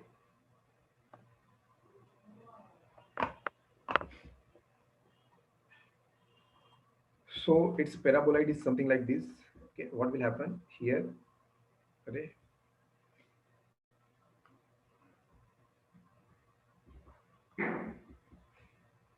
here it is like this. Okay, and here this will be going like this. So this is how its parabola is. Okay, this is the z-axis z, and here whatever the distance is, this is r square r, sorry, this is r. Okay, like this. Okay, like this, and this is a paraboloid. So they are saying that the paraboloid and the plane are intersecting. I have a pure diagram also. I will show you that. What we have to find the slope of the tangent to the parabola at 1 comma 2 comma 5. They are saying that there is a paraboloid and there is a plane. So when paraboloid and the plane intersects, you will get a parabola. You will get a parabola. The intersection part will give you the parabola, and that intersection will give you the curve. Whenever one surface and another surface intersects, you will get a curve. You get a curve. Whenever two planes intersect, you will get a straight line. But whenever one surface, one curved surface, and one plane intersects, you will get a curve. And that curve is saying that it is a parabola. The slope of the tangent at the parabola at 1 comma 2 comma 5 is. So that slope I have to find. Okay, tell me if the z is a function of x comma y is given now. So I have two slopes at a point. One is del z by del x, and another is del z by del y. But here at plane x is equal to 1, they are saying, so the at x is equal to 1 plane, the del z by del x will not be existing. Del z by del z will not be existing, because this is x is equal to 1 plane. So x is constant. If x is constant, you will not differentiate this function with respect to x. You will only differentiate this function with respect to y, because you have to find out the tangent at that point. So just differentiate that function. So del z by del y is nothing but the slope, required slope, which way you will get 0 into 2y. And what is the point? At which point they are saying at x is equal to 1, definitely that is a plane. Y is equal to 2, and z is equal to what? 5. So here y is equal to 2, you will put, you will get 4. So I think 4 is the answer. So B is the correct answer. B is the correct answer, guys. B is the only correct answer. Now I will show you the diagram, and you will get the answer. Now I will show you the diagram. Okay. So this is how this diagram is.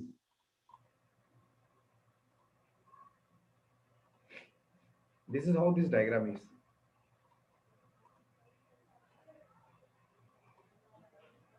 This is how this diagram is. Okay.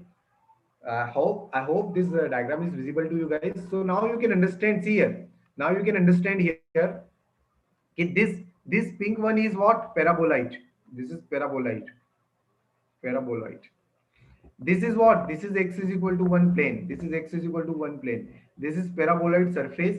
When this surface and plane will intersect, you will get a parabola. See, this is the parabola. And this is the point at which you have to find the tangent. So the tangent will always be lying on the x is equal to 1. Na? So that is why del z by del x is not existing. Del z by del x is not existing here. Okay. So now del z by del y I have to find. Del z by del y is nothing but this slope with the y axis. This slope is nothing but 4. I hope this diagram is clear to you. Okay, Chetan Soni is something saying. Okay, okay. So guys, on the chat, please give me the thumbs up if you understood this question. Please give me a thumbs up. If you understood this question, please give me a thumbs up. This was the question from partial derivative of the calculus. So I knew that many of you were not able to imagine. So that's why I took this diagram. Okay, tell me how many of you got the solution here. Okay, so this was the last question of our session. Okay, guys. So if you find the session very much helpful, na, I can do such kind of session for you guys. Okay, so please give me thumbs up, comment. Any suggestion is required, please comment us so we'll improve it. And one more thing, thank you, Sumit. Thank you very much. Okay. So the our agenda was to solve such questions, multiple select questions where you can get some confidence, you can learn a lot of concepts. Okay. So guys, please attend such session and please share it with your friends also. Okay. So they will also take a benefit of it. So I think it's time to go now. I hope there were a lot of different questions, but it took 2 hours. So some questions are not there. So if you want next session like this now, so tell us. I will do that questions in that session. Okay. So tell me yes or no. Do you want such sessions, such power sessions of engineering mathematics? Tell me yes or no.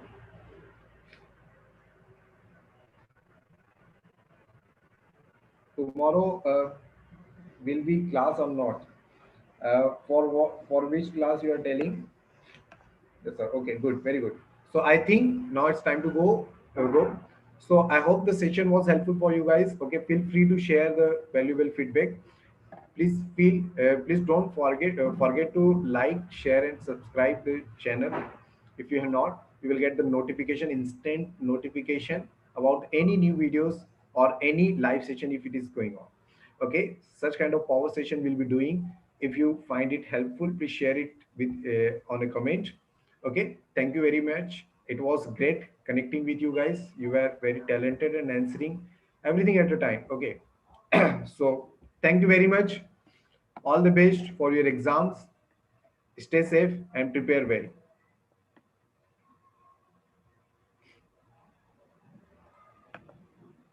Hello.